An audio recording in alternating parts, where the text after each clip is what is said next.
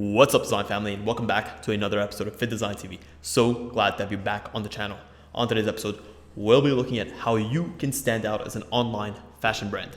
Whether you're starting or you have a bunch of years in the industry, standing out and breaking through the noise of the fashion industry is quite difficult. Well, on today's episode, I'll be giving you guys key tips and insights in terms of these steps that you can take today to stand out, to attract a good customer base, basically customers that are going to be retained with you long term, and essentially how you can continuously grow your business quarter on quarter, year on year, and continue to develop into the brand that you know you deserve to be. What's up, design family, and welcome to Fittdesign TV. So glad to have you here. On this channel, we discuss all things sports fashion, graphic design, manufacturing, and technology.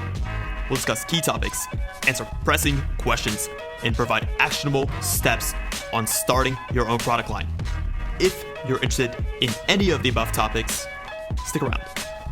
You're in for a good one.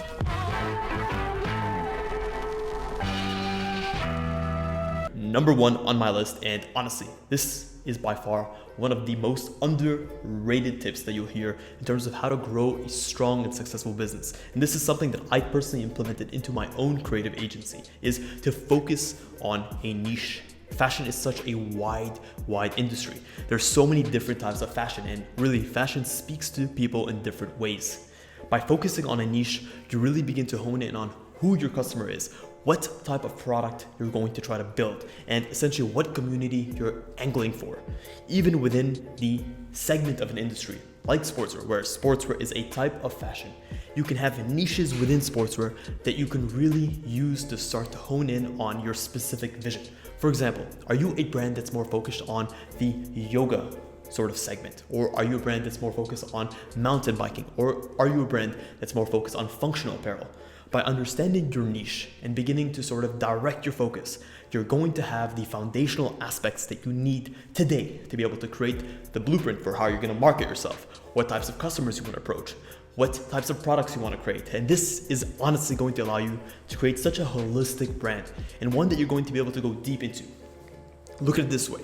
With so much competition on the market and so many people essentially doing the same thing, depth is much better than breadth. Number two on my list is going to be incredibly customer focused. In this digital age, in this digital space that we live in, we've honestly begun to separate the online entity from the human entity, and essentially treating your customers as the humans they are, understanding that these are people that don't need to support your brand. They're under no obligation to do so, and the fact that they do is honestly a privilege, and at the same time something that you should be grateful for. Obviously, don't put them up on a pedestal. Understand that there is this sort of transactional relationship, but beyond that, these are also people that you want to retain the loyalty of long term, because there's a lot of benefits to doing so. The cost of acquiring a customer on the initial purchase is incredibly high, and anyone who's ever been into digital marketing, especially in a saturated space like fashion, will tell you that acquiring a customer for a new brand is an incredibly tedious and, let's just say, financially burdensome process. So this is where great customer service comes into play. Not only should you focus on developing a great marketing approach, but also once you have your customers on your website, you want them to be able to navigate easily, create a loyalty program for them, allow them to check out easily, have their payments on file to make that entire checkout experience as hassle-free as possible. And then when you deliver the products, deliver them in a timely manner. Make sure that you're always getting their order correct, the right sizes, the right products, the right colors. Make sure that if they do have any reason to return, that you're providing great after-sales service. Give them the customer experience that you would like to have. Think about a bad customer experience that you've had with brand XYZ. Think about the way you felt about it. You may have loved their products, but if the after-sales experience was bad, that would have left you with a sour taste in your mouth.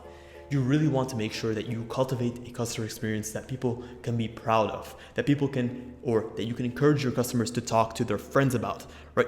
They're not going to remember the fact that they like the product, but what they may remember is that they had someone from your company that went out of their way to help them out, or that they had an issue and someone was there to support them through it. At the end of the day, business is humans.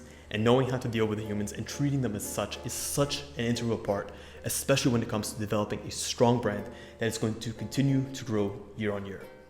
Number 3, you want to have impeccable product execution.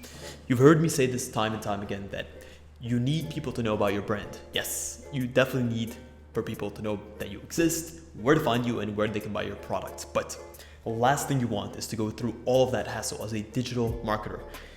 Get your customers on board, get them to purchase, and they receive a product and it is below par.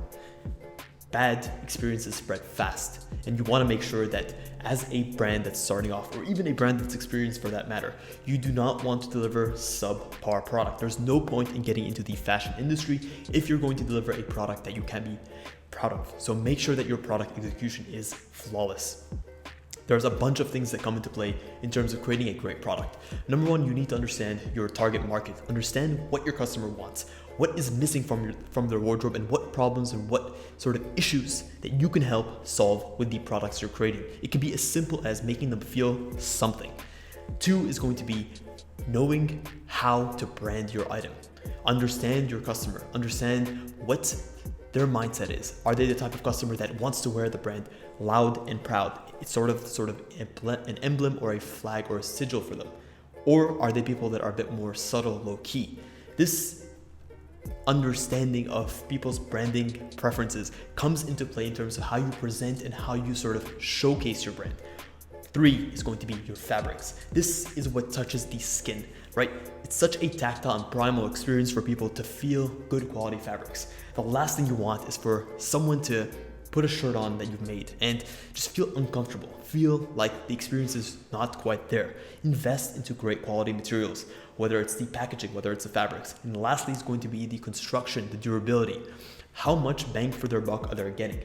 Are they going to buy a shirt that costs $50 and after 3, 4, 5 washes, it's completely coming apart? This is not the way to go. Make sure that you're investing into the right types of manufacturing. Work with suppliers that provide great quality craftsmanship, that take pride in the work that they're creating. Understand that your work is your sort of vision, that those two things tie together and you cannot have one without the other. You cannot have a strong vision and the product does not match that. You cannot have a strong product with a poor vision. You need to make sure that your product experience is holistic and you're providing the best product that you can, and one that you can truly be proud of and one that you can truly stand behind. Number 4, and this is one of my favorite tips, definitely on this list, is that you should have a community-oriented approach to your brand. What does this mean? Well, you sort of heard me talk about this in points 1 and 2, that business is all about humans, especially when it comes to fashion. Fashion is, let's just say, it's a way for a person to express their individuality. And believe it or not, your individuality also ties into a larger group of people. We as humans have a need to connect and to sort of be one with the tribe. It's a very primal instinct of ours, and this is where good fashion comes into play. We connect with people based on our preferences, on the things that we like. And by focusing on that emotion, by focusing on that sort of thing that drives us together, creating a community under that, and using the brand that you've created as the banner that can bring people together, that's magic right there.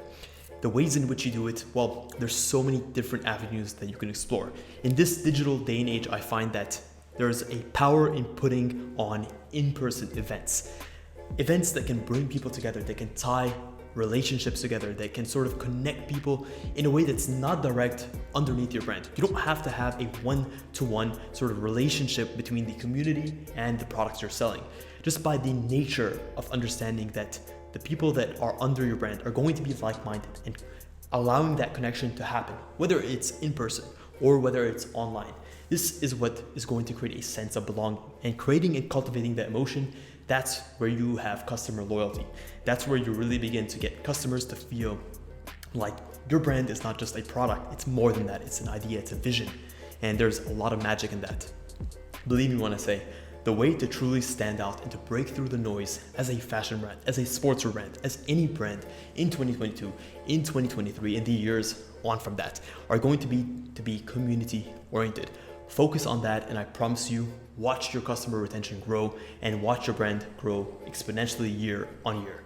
Well guys, that is it. That is a wrap on this episode. To recap quickly, in this episode, we looked at how you can stand out as a fashion brand. We looked at the importance of being niche focused, creating a niche for yourself, for your brand within the industry that you're in. 2, you need to be customer focused. Try to cultivate a strong customer experience, one that can get people talking about your brand in a positive light. 3 is going to have great quality products that are truly related or can relate to your customers' needs, and ones that can stand the test of time, and ones that you can be proud to put out there on the market. And lastly is to be community focused.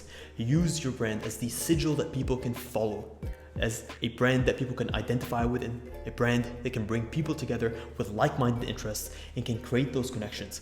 That's where true happiness or true customer fulfillment happens. Guys, if you enjoyed this episode, you enjoy this type of content, definitely check out this channel. We put out great content on a week-to-week basis, and we'd love for you to be along for the ride. So subscribe if you haven't done so already. Also, if you are looking to start your own fashion brand, or you're an existing brand and you're having problems scaling, or there's a specific issue in your business, you want to speak with me one-on-one, definitely check the link in the description and you can book a one-on-one consultation call with me and we'll go through it together. Guys, thank you so much for tuning in to this episode of Fittdesign TV. Until next week's episode, stay awesome.